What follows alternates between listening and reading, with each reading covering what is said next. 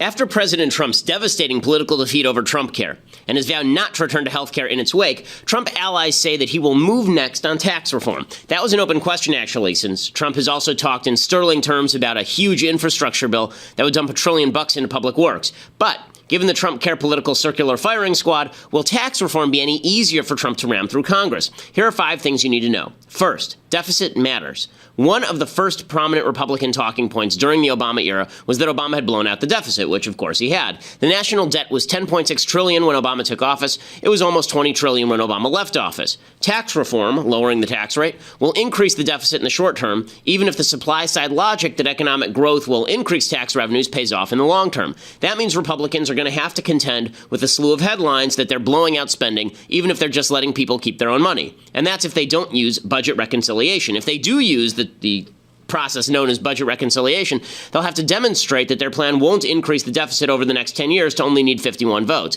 And the projected savings from Trumpcare, $1 trillion over 10 years supposedly, won't be available as an excuse to cut taxes since Trumpcare didn't pass, and since that estimate wasn't actually true. Tax reform advocate Grover Norquist says Trumpcare's failure will only allow the top marginal tax rate to drop to 28% rather than 20% on this basis. Second, Trump has sent mixed messages on taxes. During the campaign, Trump's tax plan was one of the best among all Republican candidates. He called for dramatic lowering of all of the top tax brackets. But in 2011, Trump said, quote, "I don't mind sacrificing for the country, to be honest with you." Before he rolled out his campaign plan, he talked openly about raising taxes on the highest income earners. He said, "I would let people who are making hundreds of thousands of dollars a year pay some tax. I don't mind paying a little more in taxes." In May 2016, he dumped on his own tax plan after it came out. He told CNBC he wasn't a fan of tax breaks for high earners. He said, quote, "I am so much more into the middle class who've just been absolutely forgotten in our country." He said that his original tax plan was merely a negotiation starting point.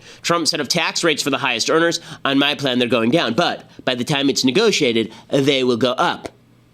Never mind that the top 20% of income earners pay 84% of all federal income taxes and nearly all of the net federal income tax. Third, Trump loves tariffs. So Trump thinks trade is a zero-sum game, a mercantilist position that has been debunked repeatedly by economists. But that means he thinks that American companies can only benefit if we tax imports and subsidize exports. Trump's plain and simple tariff plan has now been turned into something slightly more acceptable by the Republican Congress, the border adjustment tax, which is essentially a value-added tax a la Europe. Investment returns aren't tariffed, but all goods sold in the U.S. are taxed at 20%, including investment goods, while the corporate tax is lowered. That means a subsidy for exporting companies and a penalty for importers, even importers who buy products to use in exports. This should raise the value of the dollar and by an equivalent amount to the tax. It also punishes importers. But as William Gale of the Brookings Institution explains, quote, "If the theory is correct and the exchange rate fully adjusts, rises by the level of the tax, the border adjustment would have no effect on the trade balance, the level of exports, the level of imports, the domestic price level, or the net profitability of importers and exporters."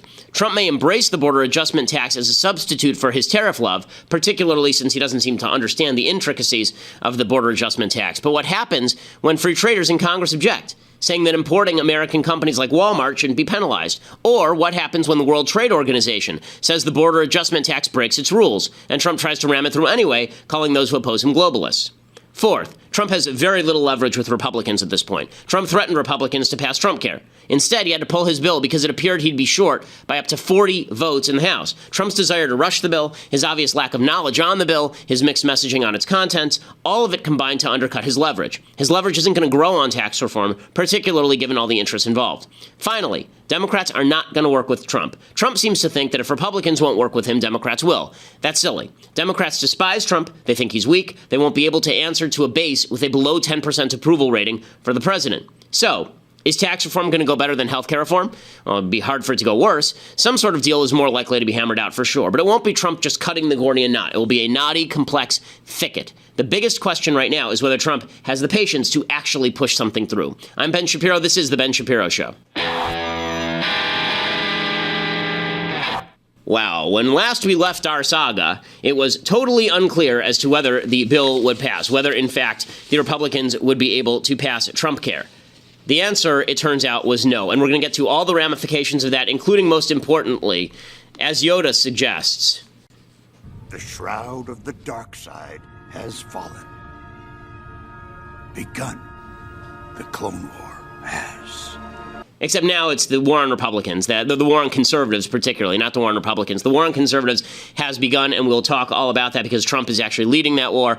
This is what some of us had feared, but we'll get to that in just a second. First, we have to say thank you to our advertisers over at Mack Weldon. So, whatever underwear, whatever sweatpants, whatever t-shirt you're wearing right now, it is not as good as what you'd be wearing if you were wearing Mack Weldon. I am personally wearing Mack Weldon underwear right now. They are the finest underwear I have ever owned. I have thrown out all of my other underwear. It is 20% off your first order when you go to MackWeldon.com right now and use promo code Shapiro. Not only does the product really hold up, I mean, you send it through the wash a bunch of times and it just feels the same way that it did the first time that you used it. Not only that, they also have a line of silver underwear and shirts that are antimicrobial, so it gets rid of the stench, which is fantastic. They want you to be comfortable, so if you get your first pair and you don't like it, you can still keep it, and they will refund you, no questions asked. They perform really well, too. It's great for working out. It's good for going out. It's all good-looking gear, super comfortable. It's good for relaxing in. You know, I dress just to the nines on this show, but when I go home, I don't wear this. I get immediately into my Mack Weldon gear and spend the rest of the day writing while in the most comfortable clothing I can find, and that is Mack Weldon. Go to MackWeldon.com, get 20% off using that promo code Shapiro. That is Mack Weldon, M-A-C-K, Weldon, WELDON.com, and get 20% off. Use that promo code Shapiro, so pretty solid deal. And again, best underwear I have ever owned, and the rest of their gear is awesome as well. Okay. So, again, when last we left our story, it was not clear. It was Thursday, so we had to leave before the apex of the story, before the climax of the story, and the story climaxed with Trump Care going down to flaming defeat. And it went down to flaming defeat because it was a crappy bill. Let's be frank about this. There's a lot of blame to go around. The people who are not to blame, the only people who are not to blame in this whole situation are the people who took seriously the promises that they made to the American people over and over and over again for 7 years that they were going to repeal Obamacare, not replace it with Obamacare Light, not replace it with Obamacare Part 2.0, not replace it with a new subsidy, not replace it with a new entitlement program, not replace it with the same central regulations that Obamacare maintained. No, no, no. The people who were honest, the people who are not to blame here, are the people who were not lying to you, namely the people in the House Freedom Caucus. So who's getting blamed? Any guesses? That's right, the House Freedom Caucus, of course, because if you have the gall to cross Donald Trump, that means that you must pay the price. Now, it is worthwhile noting, it was not just the House Freedom Caucus that opposed this bill. Apparently, the reason that it was pulled is it wasn't even close. So Republicans right now have like a 40-seat majority in the House. They could have lost 22 votes on this thing and still been able to pass it. They didn't. They were losing something close to 50 or 60 votes on this thing. Not only the Freedom Caucus, a lot of moderates didn't like it. The moderates didn't like it because the CBO score on this thing sucked. It was wildly unpopular. 17% of Americans were approving of Trump Care. Okay, that was much less popular than Obamacare, even when Obamacare passed, and that was an unpopular piece of legislation. When Obamacare passed, it was at 40% in the approval ratings. Trump Care was at 17% in the approval ratings. So it's political suicide for a lot of these members to vote for this crappy bill. And so it went down, and naturally the moderates weren't blamed. Paul Ryan wasn't really blamed, except by, people like me. Donald Trump wasn't blamed because Donald Trump can never be blamed for anything because we have so much stake in him that we must greenlight anything he ever does. Every excuse must be made for him. The radically shifting logic about Donald Trump in order to make excuses for the fact that he did a pretty terrible job pushing this bill it's pretty amazing. I want to go through each player in this drama and explain what they did right and what they did wrong and who deserves the blame. But right now, all fire is focused on the conservatives, and Donald Trump and his team are openly saying that they now want to pander to Democrats, that they want to turn to the left, and we'll get to that in just a little while. But first, what did Trump do wrong? So, here's what Trump did wrong. Trump had no ass on this. What I mean by that is that Trump did not have the patience to sit for 13 months and hash out a deal the way Obama did with Obamacare.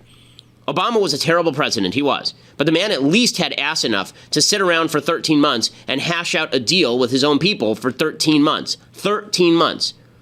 Donald Trump gave the sucker about 13 days. It was like 17 days from inception to failure.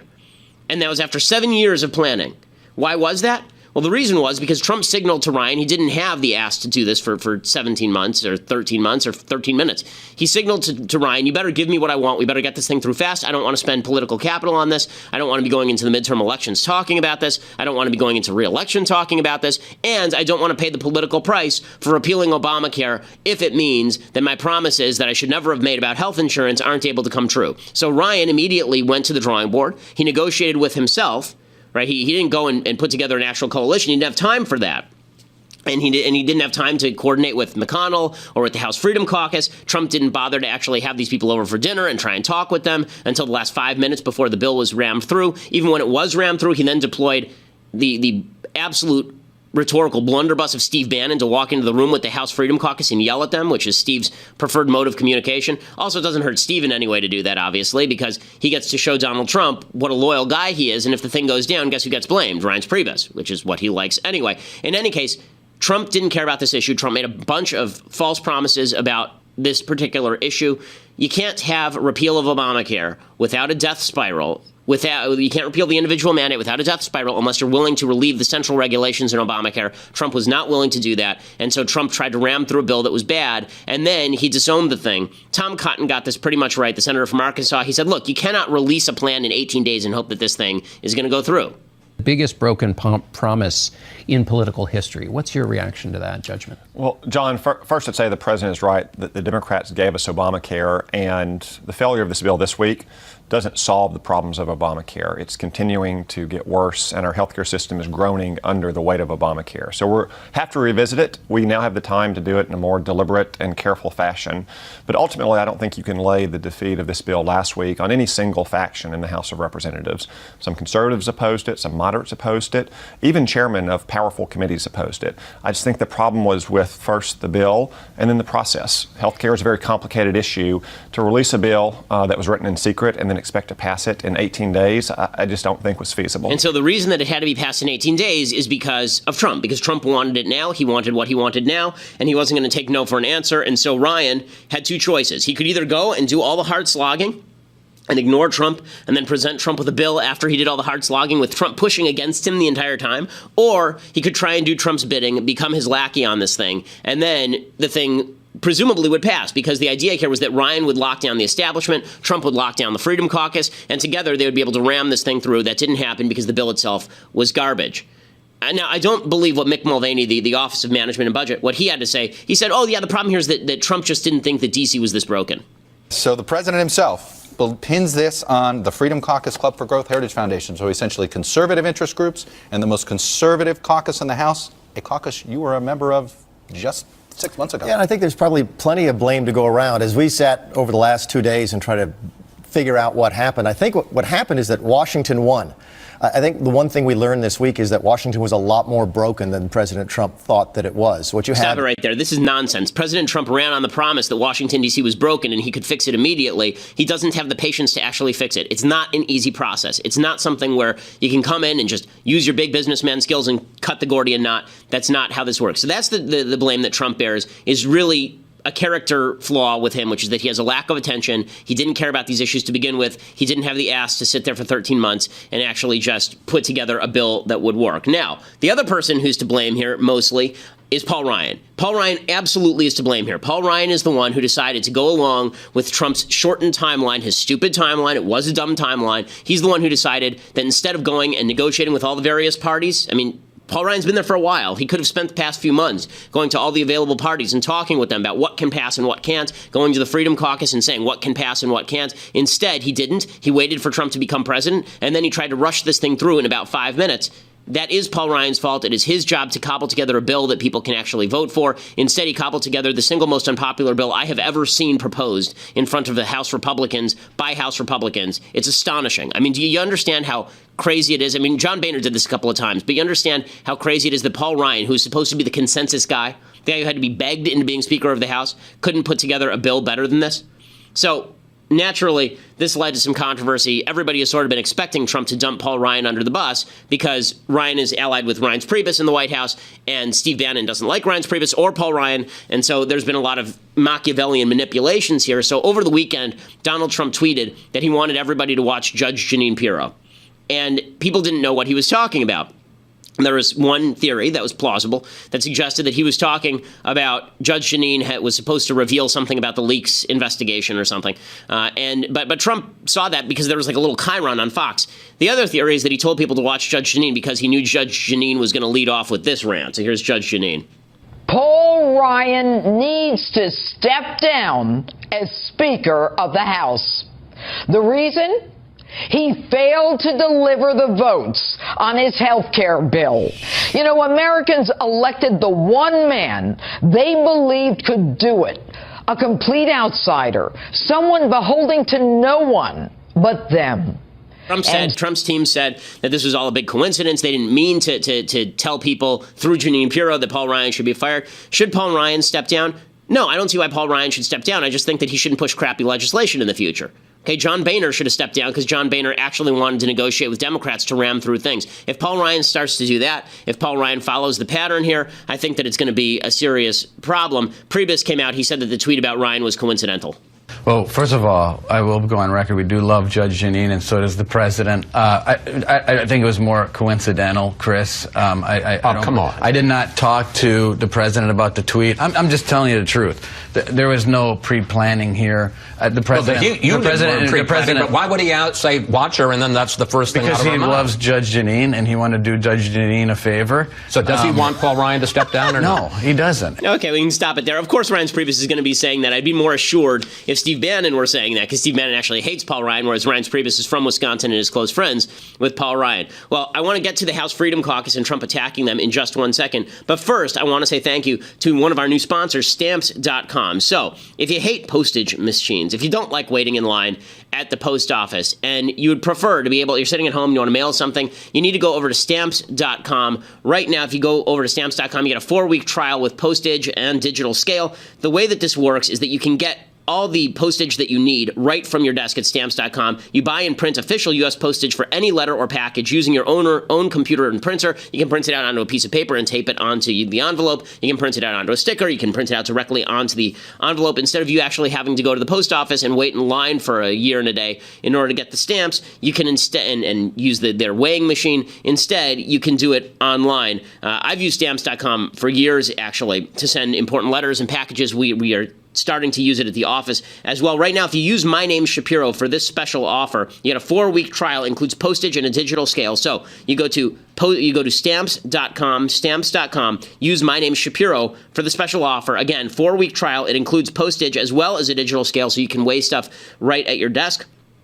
And there's a radio microphone at the top of the site, and you click on that and type in Shapiro so that they know that we sent you. That's Stamps.com, and you use, again, that promo code Shapiro. You get that 4-week trial, including postage and a digital scale, which is actually a pretty solid deal. I mean, how much mail are you going to send for you and your business in those 4 weeks? A fair bit. Stamps.com, terrific service. Okay, so the reason all of this infighting has broken out is because President Trump refuses to let the buck stop with him. So, again, this is one character flaw for Trump. He never just says, okay, my bad, we should have done this differently, back to the drawing board. Instead, he issued an ultimatum last Thursday in which he said, if we don't get a vote right now, we're not going to do anything on health care, because he didn't want to deal with the problem. And then he blamed the Freedom Caucus. So here is what Trump tweeted about the Freedom Caucus. He tweeted, Democrats are smiling in D.C. that the Freedom Caucus, with the help of Club for Growth and Heritage, have saved Planned Parenthood and O-Care. This is absolutely galling and disgusting. Okay, the only people who saved Planned Parenthood and the funding for Obamacare and all the rest of it are Donald Trump and Paul Ryan and all the people who wanted to push this crappy bill. Because the fact is that this crappy bill would have maintained all the central provisions of Obamacare. The only good thing it did was restructure Medicaid, restructure Medicaid, making it into a block grant instead of a need-based program. Even that would have changed over time because a new Congress would come in from the Democratic side and presumably reinstate it. It wouldn't make it a permanent change. This idea that it was the Freedom Caucus that really sunk this, Club for Growth and Heritage, all those people supported him. Okay, I didn't vote for Trump. Okay, I didn't vote for Hillary either. I didn't vote for either of them because when it came to Trump, I was concerned that Trump would basically just he would govern like a Democrat and undercut a lot of conservative values. But that's not true of the Freedom Caucus or Heritage or Club for Growth. All of them openly supported President Trump, and here's Trump slapping them in the face as hard as he possibly can. And let's just point out, when it comes to Planned Parenthood, when it comes to single-payer health care, there's only one person in this entire equation who has come out in favor of those things. Let's flash back just a few short months ago. When you get rid of the lines, it brings in competition. So instead of having one insurance company taking care of New York or Texas, you'll have many. They'll compete, and it'll be a beautiful thing. As far as Planned Parenthood is concerned, I'm pro-life. I'm totally against abortion having to do with Planned Parenthood. But millions and millions of women, cervical cancer, breast cancer, are helped by Planned Parenthood. So you can say whatever you want, but they have millions of women going through Planned Parenthood that are helped greatly. As far as single payer, it works in Canada. It works incredibly well in Scotland. It could have worked in a different age, which is the age you're talking about here. What I'd like to see is a private system without the artificial lines around every state. Get rid of the artificial lines, and you will have yourself great plans. And then we have to... We can stop it there. Okay, the artificial lines, guess what wasn't in that bill? Oh yeah, the artificial lines. None of that was in the bill. And this is the only guy on the stage who was talking about single payer and how wonderful it was in other countries. So before you start ripping on the Freedom Caucus for saving Obamacare and Planned Parenthood, couple notes. Number one, even this bill delayed funding for Planned Parenthood by 1 year. 1 year. That's it. Okay, it didn't abolish funding for Planned Parenthood. Second of all, again, Trump talking as though he cares about this stuff is really galling. The people who truly cared about this stuff weren't willing to enshrine all of this bad policy. Okay, so I want to get to the Freedom Caucus response and what is obviously a war on conservatives that has now begun. We may have seen the high watermark of Trump as a conservative, which I certainly hope that's not the case. I hope that he turns back to the conservatives. But we'll talk about all of that over at dailywire.com. If you want to become a subscriber, it's $8 a month over at dailywire.com. If you want to become an annual subscriber, you get a free signed copy of Michael Knowles' best-selling book, Reasons to Vote Democrats, a comprehensive guide, the most thorough guide to why to vote Democrat, available in print right now. dailywire.com, you get that annual subscription, you get a free signed copy of Michael's brilliant book. And if you just want the monthly subscription, $8 a month. If you just want to listen to us a little bit later, then go over to iTunes or SoundCloud, download the podcast, and make sure that you leave a review over at iTunes. We really appreciate it. We are the largest conservative podcast in the nation.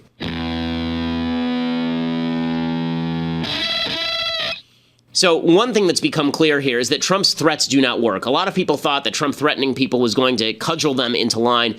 That obviously is not happening. The Freedom Caucus leader came out and he said, listen, Trump calling us out on Twitter, that ain't going to cut it. President Trump is up and tweeting this morning, and it's about you.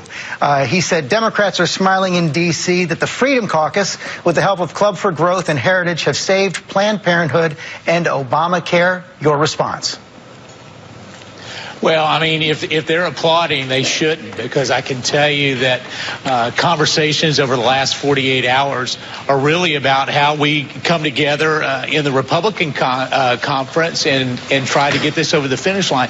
You know, the narrative that your panel is talking about in terms of defeat, this was not a final passage. This was one bill that was going to go to the Senate, get revised, and come back. If it was a final bill, that would be accurate. But here we are in the negotiation process. And really, George, what we're looking at here, trying to make sure that we do one thing, get premiums down for all Americans. And as we look at that, that remains our primary focus. Notice that Meadows and everybody else, they're trying to avoid criticizing Trump. Trump's being a jackass here. When he attacks the Freedom Caucus, he is being a jackass. It's a bad bill. He pushed a bad bill. He put an ultimatum on a bad bill. He wasn't willing to actually sit there and work with Ryan to ram this through. Ryan is being a jackass, too, because Ryan is silently sitting off on the sidelines, letting Trump do all of this as opposed to defending his members and going back to the drawing board.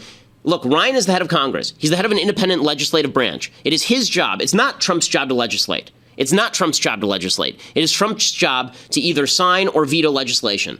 That is his constitutional duty. It is Ryan's job to put in front of him legislation that he is capable of signing. So Ryan needs to go back to the drawing board. And this nonsense where Ryan goes along with Trump and he says, well, I guess health care is off the table now. Why? Why is health care off the table? Next time the government gets funded, guess what gets funded? Obamacare. What's Ryan going to do then? Is he just going to keep funding it because Trump wants him to fund it? At some point, Ryan's going to have to stand up. And if Ryan won't stand up, then he should be ousted. If Ryan's not going to push conservative legislation, then he should go. If he doesn't have the stomach for it, he should go. Jim Jordan at the House Freedom Caucus, he also says, listen, we did a favor in killing this bad bill. Isn't that on you and your fellow members of the Freedom Caucus? Chris, in the last segment, I think you blamed the Freedom Caucus, or people blame the Freedom Caucus, the Heritage Foundation, the Club for Growth. That's the President's Trump. Blame the Speaker of the House, and even people are blaming the very guest you had on before, Reince Priebus. Instead of doing the blame game, let's get to work. Let's do the responsible thing. Let's get back to work and do what we told the voters we were going to do. Remember this bill? 17% of the country approved this bill. Maybe the fact that we opposed it, we did the country a favor because this bill didn't repeal Obamacare. This bill didn't do what we told the American people we were going to do. So let's be responsible. Let's get back to work and do what we told the American people we were. It is maddening that the only people here who took seriously their promises are the people now being blamed for the promises not being kept. That is maddening, and it's insane. And all of it is really prep, okay? All of it is prep for what we all knew was coming, which was at a certain point, Trump's agenda was going to run up against the conservative agenda, and Trump had a choice. Was he going to work with the conservatives, or was he going to turn to the left? And it is clear that the establishment wanted him to turn to the left. Donald Trump campaigned, we talked about this during the campaign, he campaigned as an anti-establishment guy. I hate the establishment's the worst. I'm going to break the establishment. I will fight these. No one loves Donald Trump's policy more than establishment Republicans. John McCain is closer to Trump on policy than Trump is close to Mike Lee on policy. Okay, the fact is that if you had a spectrum in terms of policy, not personality, a spectrum of policy, and McCain is here and Mike Lee is here, Trump is here. Okay, Trump is right next to John McCain, and it's obvious that this is the direction in which he is moving, and so all of the logic about we have to defeat the Democrats, it goes out the window the moment that Donald Trump starts to act like a Democrat. I'm grateful for Donald Trump doing conservative things like pushing Keystone XL. I'm super grateful for him pushing Judge Gorsuch. But if this is the high watermark, if this is how far it was going to go, no. Okay, we still have 3 years and 10 months to go here, gang. I mean, at a certain point, aren't you going to demand that Trump actually swivel toward the conservative positions and start passing conservative legislation? But no, instead, everybody, including the establishment avatar Hugh Hewitt, is blaming the House Freedom Caucus. Hewitt, who will basically represent any mainstream conservative, any mainstream establishment Republican position as the most brilliant, the most wonderful. I like Hugh personally. I'm friends with Hugh personally. But Hugh is an establishment guy, and he is an avatar of whatever the establishment wants to do. He will say, here is Hugh Hewitt channeling the establishment take on this bill. GOP cave on Obamacare repeal is the biggest broken promise in political history. It was the top of, I believe, Phil Klein's analysis. Is he right? No, it's overstated. We had a very good week with Neil Gorsuch. He's going to change the balance of the Supreme Court for 30 years. And so President Trump has a huge win to put on the table this week. It was a big loss. But I agree with the autopsy that Director Mulvaney just put out there. That loss isn't on the president. It isn't on Paul Ryan. It is on the Area 51 sub-caucus of the Freedom Caucus, which believes in legislative flying saucers that ignore the Senate and the Senate rules and the reconciliation rules. They own the loss, nobody else. Oh, funny how that works. Funny how Trump never owns anything. Funny how he's the president who helped craft the bill. Funny how Ryan crafted the bill. Funny how those people are never to blame. You know, the people who actually have the power. The Freedom Caucus is a group of like 20 guys in Congress who have districts back home. Funny how they're the ones who are to blame, not the people whose job it is to craft legislation. And when Hewitt says that the Freedom Caucus, they're Area 51, they believe in legislative flying saucers, really tell it to Mike Lee, who said the exact same thing. Does Hugh Hewitt really think he knows better than Jim Jordan on this stuff? Does Hugh Hewitt really believe that when the Freedom Caucus, they're the people to blame? And it's, I mean, talk about whistling through past the graveyard. Trump had a good week last week. Do you know how crazy that is? Okay, Gorsuch had a good week last week. It was also headline number 5. Okay, I talked about this last week. I said Gorsuch should have been the top headline. They should have delayed this vote. They should have pushed this so they could negotiate it and let Gorsuch be the headline last week. But instead, they decided to be as stupid as humanly possible. And instead of delaying it, they decided to put it all in the same week. And so Gorsuch gets overshadowed by the Russian leak stuff and by Devin Nunes and by all of the Obamacare fail. No, it was not a good week. So do you trust the person who tells you that last week was a good week to tell you who's to blame here? And that wasn't just that's not all Hewitt had to say. Hewitt came out later and he said Trump is done working with conservatives, basically. And as Draper wrote, a clear elucidation of Keynesian liberalism could not have been delivered by Obama. Hugh Hewitt, is that your party now? Well, it's an interesting opposition to going back to the right wing and trying to... I think he's done with the right wing. Done with the right wing. He is done with the right wing. If you buy 5 stocks, one of them is the Supreme Court. That went up 400% this week. One is healthcare. It bankrupted. You still have the military up, you have the tax bill, and you have the infrastructure. He's going to bank on the other 4 going up. But the Supreme Court win, I think you had the 2020 Democratic nominee here in Mark Warner. I've said that for a long time. And well, you can't be the Democratic nominee and not support a filibuster. That's it. That's why he's running for president, and he's going to go with Chuck Schumer, and the Reid rule is going to break the filibuster, and that is great from my perspective. Okay, so he just keeps going back to Gorsuch because that's all Hewitt can do to defend Trump here is Gorsuch. Again, Gorsuch is great. That is also not what happened last week in the news. Okay, Gorsuch was a secondary story in the news last week, and that headline there that Trump is done with the right wing, if Trump is done with the right wing, then a lot of people need to ask themselves, is it good that the Republican president, forget about the election, is it good that a Republican president now is dumping over the conservatives who got him elected and demanded that everybody else vote for him in order to work with the Democrats? And it's not just Hewitt saying this. It is Reince Priebus saying this. So Reince Priebus says, listen, it's time to work with the Democrats on the Obamacare overhaul. I believe that it's time for the party to start governing, and I think that's important. I also think, though, that Democrats can come to the table as well. And if you look at what the president said in the Oval just after that comment, he said, you know, perhaps it's time for us to start talking to some moderate Democrats as well and come up with, you know, a bipartisan solution. No. Okay, the answer is no. This was the whole point here. Okay, whatever I thought about Donald Trump, I also thought that working with Democrats, allowing Hillary Clinton to govern, was a terrible idea, which is why I would never have voted for her in a million years. Okay, and now we're talking about the Republicans going over to the Democrats and creating bipartisan legislation. Are you kidding me? This is also a fantasy, by the way. Okay, this is a complete and sheer fantasy. You know, Hewitt calls the Freedom Caucus Area 51 people because they don't want Obamacare light enshrined in law. You know it's truly Area 51? If you believe that the Democrats are going to work with Trump, you must be out of your freaking gourd.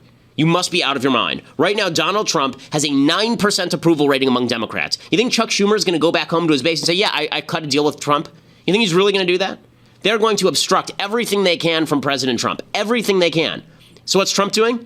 Faced with the quote-unquote obstructionism of the conservatives who want to work with him, who voted for him, and who like him, and the obstructionism of the Democrats who hate everything about Trump, even if they like his policy, they hate Trump so much they won't work with him.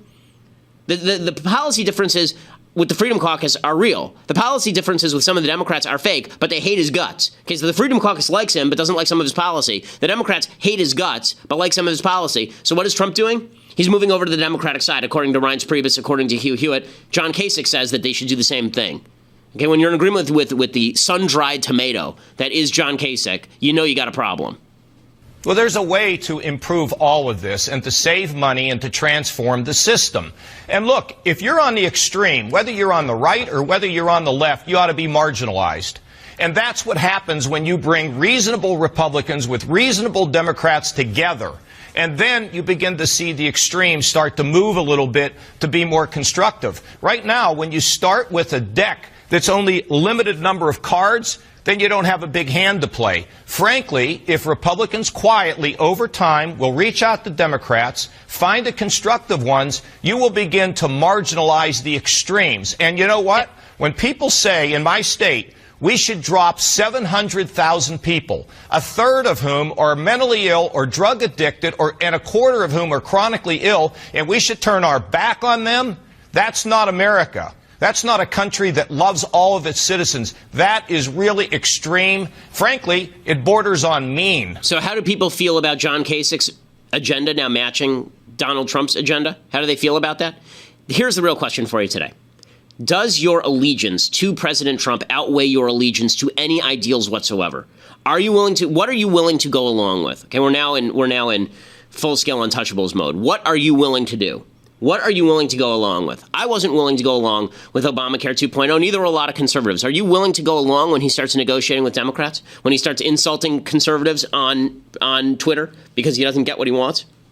Are you willing to go along with that? What are you willing to go along with? And it's not going to get easier on tax reform. Okay, as I said at the beginning of the show, there are a lot of thorny issues in tax reform, including this border adjustment tax, which could be the predicate to a real fight with the World Trade Organization, which you may not like the World Trade Organization and consider it globalist, but anything that lowers tariffs around the world is a good thing. Okay, lowering tariffs around the world is a good thing. It is not a globalist thing. It is a good thing because it means less global institutions ruling how you do business. Okay, but Priebus says they want the border tax. Trump wants his border tax. If that's going to be the essence of the tax reform bill, you got a problem. Not at all, Chris. I think that moving forward, the president's vision on lowering taxes for every American is what's going to unite not just the Republican Party, but I think some of those Democrats are going to come on board as well. If we can provide one of the biggest middle-class tax cuts in the history of this country, I think that's important. I think another point that's important to the president is potential for a border tax, that we start evening up the playing field between our country, countries around the world. He's not backing off of that. It's something that's very important to him. And if you go back and watch President Trump's interviews from the 1980s, the 1990s, early 2000s, and recent years, he has been talking about this agenda his entire life. And I think now more than ever, I actually think the president is even more emboldened to stick to his guns and his heart and the things and the convictions that he's laid out. He's talking about this border adjustment tax? Okay, let me make a quick thing clear. Donald Trump was not talking about a border adjustment tax in the 1980s. He was talking about straight tariffs. There is a difference. A border adjustment tax means that you're going to put a tariff not even on on imported goods, on importing companies, not like on Japanese companies. But if an American company makes a product in Mexico and then sells it in the United States, that is now taxed. Okay, if Walmart sells a product that is made overseas, that is now taxed at 20%. The idea with the border adjustment tax is that you're going to lower the corporate tax rate, and so it's the same thing as, like, let's say the state of California, they tax everything that, it's a sales tax, basically. The state of California taxes everything that is sold in the state of California at 20%, and then decreases the corporate tax rate by 20%. What they're doing is they're encouraging people to invest in products that can be sold outside the state because those are not taxed in the state at 20%, right? That's sort of the logic of this whole thing. What happens when a bunch of people in the Republican caucus don't like the headlines about decreasing the corporate income tax, decide to dump that, and instead we just get a pure tariff? What happens then? Or what happens when the WTO decides that this does not count as a value-added tax under the rules of the World Trade Organization, and that this is going to invalidate a lot of it under international agreements, to just abrogate our agreements with the World Trade Organization, which Trump, by the way, would love nothing better than to do. This is not going to get any easier. The only way this gets easier is if Trump solidifies with conservatives, not if he splits from them and attempts to work with Democrats who hate his guts. And look, Chuck Schumer is going to play the flirt here. Chuck Schumer, the Senate Minority Leader, is not a dummy. And he's already flirting with Trump. He's basically saying, yeah, I hate Trump, and yeah, Trump's terrible, and he says that for his base. And then he says, yeah, but if Trump wants to, leave this right-wing agenda behind, I'm happy to work with Donald Trump. But he's been captured by the hard right, wealthy special interests. That's who loved his proposal on the Trump care, because it gave huge tax cuts to the rich. If they do the same thing on tax reform, and the overwhelming majority of the cuts go to the very wealthy, the special interests, corporate America, and the middle class and the poor people are left out, they'll lose again. So you're not working with the president on tax reform? America is not where the hard right is. If he aims a proposal aimed at the middle class and the poor people, doesn't give breaks to the rich, they're doing great. God bless them. I'm glad they're doing great. They don't need another tax break. We could work with them, but I don't think they're headed in that direction, and they're going to repeat the same mistake they made on Trump care with tax reform. There are a lot of people saying this. Nate Silver has been saying this as well, that Trump is going to move back to his populist base. This is the thing that people don't seem to understand. Just because Trump was elected doesn't mean that all of the gaps in Republican ideology have been bridged. There are significant gaps between national populism, or whatever big government nonsense Trump wants to call it, and conservatism. Those have been exposed. Trump now has a choice. Does he move to his left? Does he move to his right? Looks a lot like he's going to move to his left, and that's going to be a serious, serious problem for his presidency, and it's going to be a serious problem for conservatives if the entire party is soul-sucked by this nationalist populist garbage that drives the entire conservative ideology into a minority position within the party that it was supposed to own. Okay, time for some things I like and then some things I hate. So, this week, because Republicans were indeed betrayed on Obamacare, and they were, Obamacare Light was pushed by Paul Ryan, it was pushed by Donald Trump, it was pushed by all the establishment lackeys like Hugh Hewitt, it was pushed by all these people, and then it didn't pass. As well, it shouldn't have, because it's crap. We are going to do movies of betrayal this week. So even the things I like are things I hate. So we're going to do movies that have within them wondrous instances of betrayal. Number one on this list is, of course, Braveheart. This is the best movie ever directed by Mel Gibson. I know people love The Passion, but this is actually his best film. The Braveheart is a terrific film, won Best Picture in 1995, I believe, and it has one of the great betrayals of all time. And it's very much like the conservatives now. It's like, we're going to fight the British, we're going to fight them, we're going to take the fight to them, freedom! And then it turns out that a bunch of people who are the establishment lackeys decide that it's more important to get some lands handed to them by the Democrats.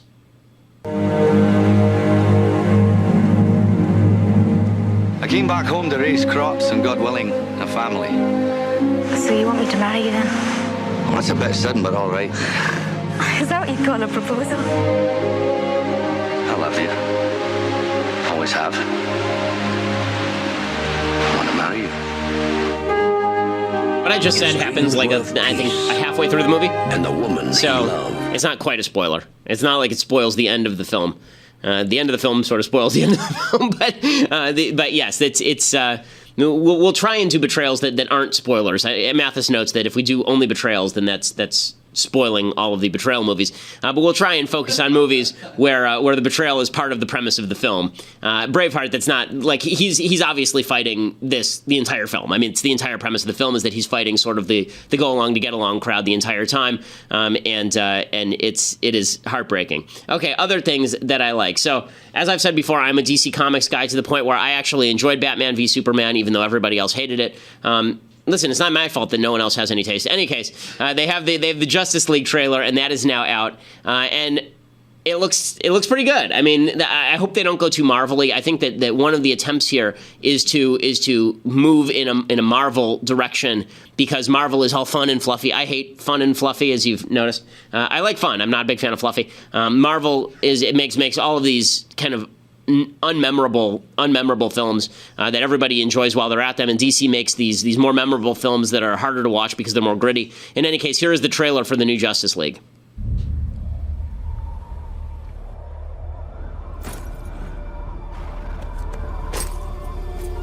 Yeah. We have to be ready. You, me, the others. There's an attack coming from far away.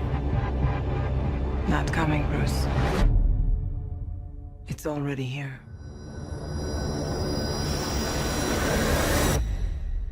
The others. Where are they? Arthur Curry, the Aquaman. It's on him. Organic and biomechatronic body parts. He's a cyborg. You should probably move. Barry Allen. Whoever you're looking for, it's not me. You're the Batman?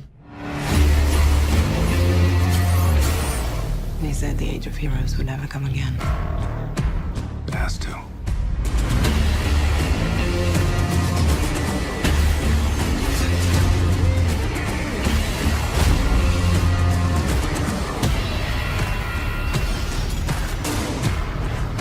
It looks really good, and there's a line in the trailer that I really enjoy, where Barry Allen turns to Ben Affleck, playing Batman, and Bruce Wayne, and he says, "So what's your superpower again?"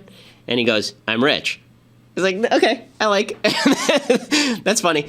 So the casting here is actually really quite good. Ben Affleck was the best thing about Batman v Superman, and I hate Ben Affleck generally. I thought that he was going to be terrible, and he was actually quite good as Batman. You have to read, Mathis can vouch for this, if you read Batman and Robin All-Stars, the Frank Miller comic, he was playing that Batman, correct? In the film, yeah. I mean, clearly he's playing that Batman, the sort of sadistic Batman who enjoys what he does, hurting people.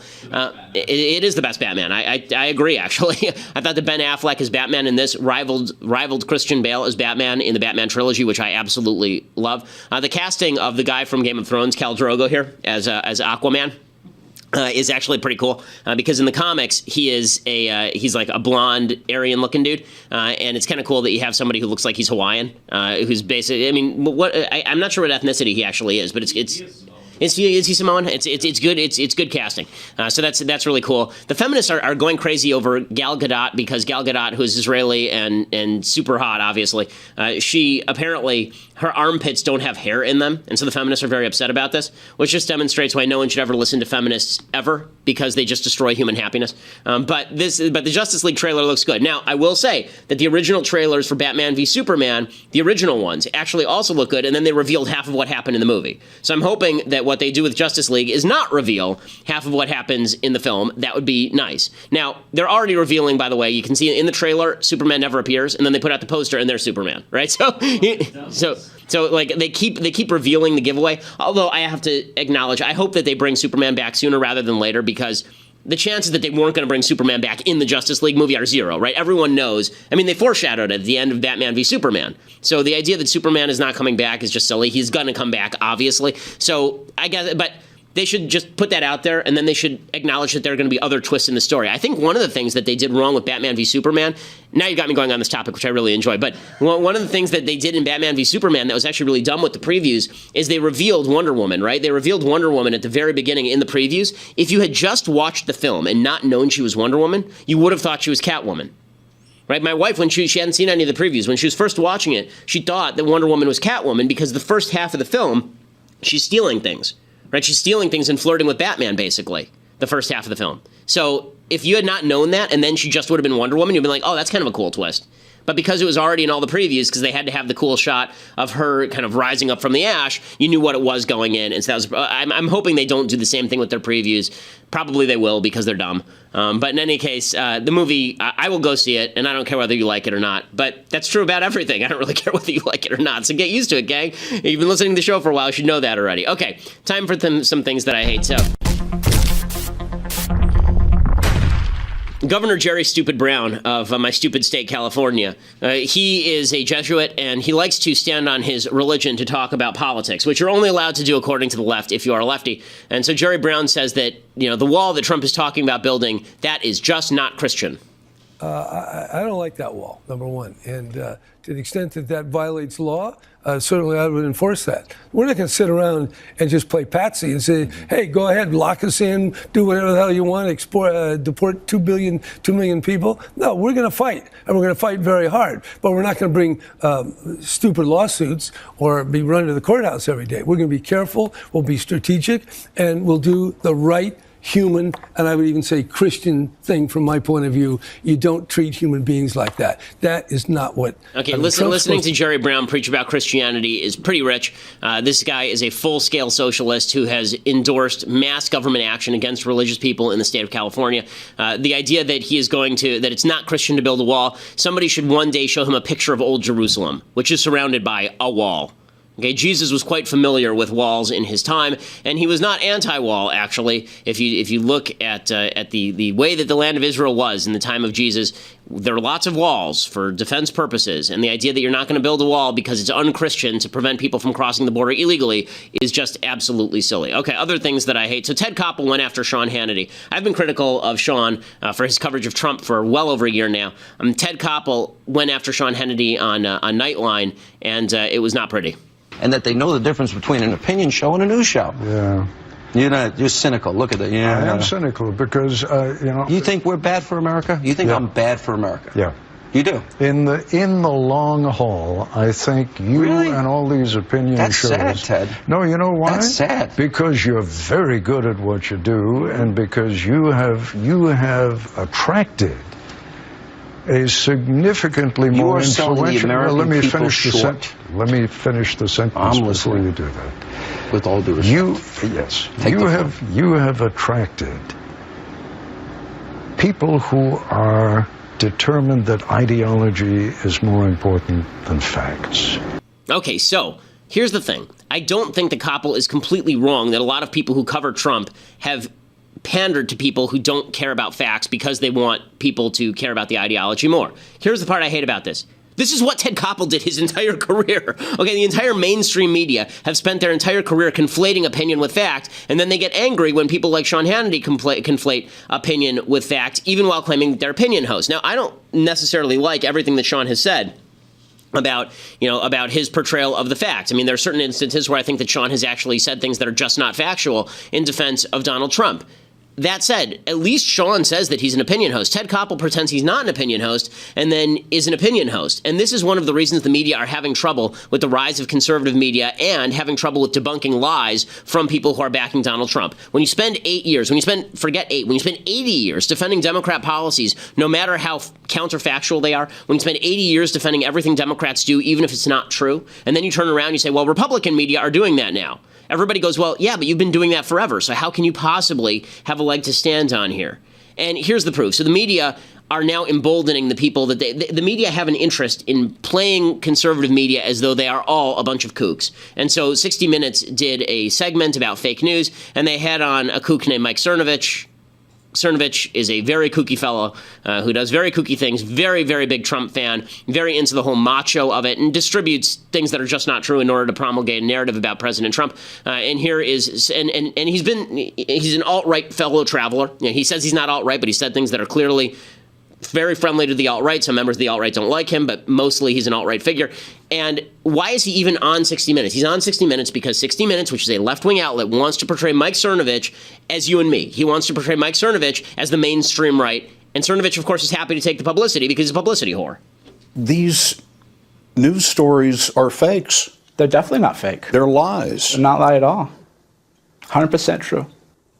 Do you believe that, or do you say that because it's important for marketing your website? Oh, I believe it. I don't say anything that I don't believe. That doesn't seem like a very high bar. It's a high bar because I'm an attorney. I know how to weigh and measure evidence. And we're back. Michael Cernovich, whose articles included the fake Hillary Clinton pedophile ring and her bogus diagnosis of Parkinson's, is watching his audience grow. I'm a skeptical person, and I know that there's a lot of people gunning for me, so I'm not going to be reckless. Who's gunning for you? You are. I'm on 60 Minutes, right? What do you mean we're gunning for you? Do I really think that you guys are going to tell the story that I would like to have told? No. Your story is going to be, here's a guy who spreads fake news, uses social media. These social media people better... I know the story you guys are doing before you do it. What's wrong with that story? Because it is an agenda. Another story is, here is a person who is able to bypass traditional media outlets, reach people directly to tell a story.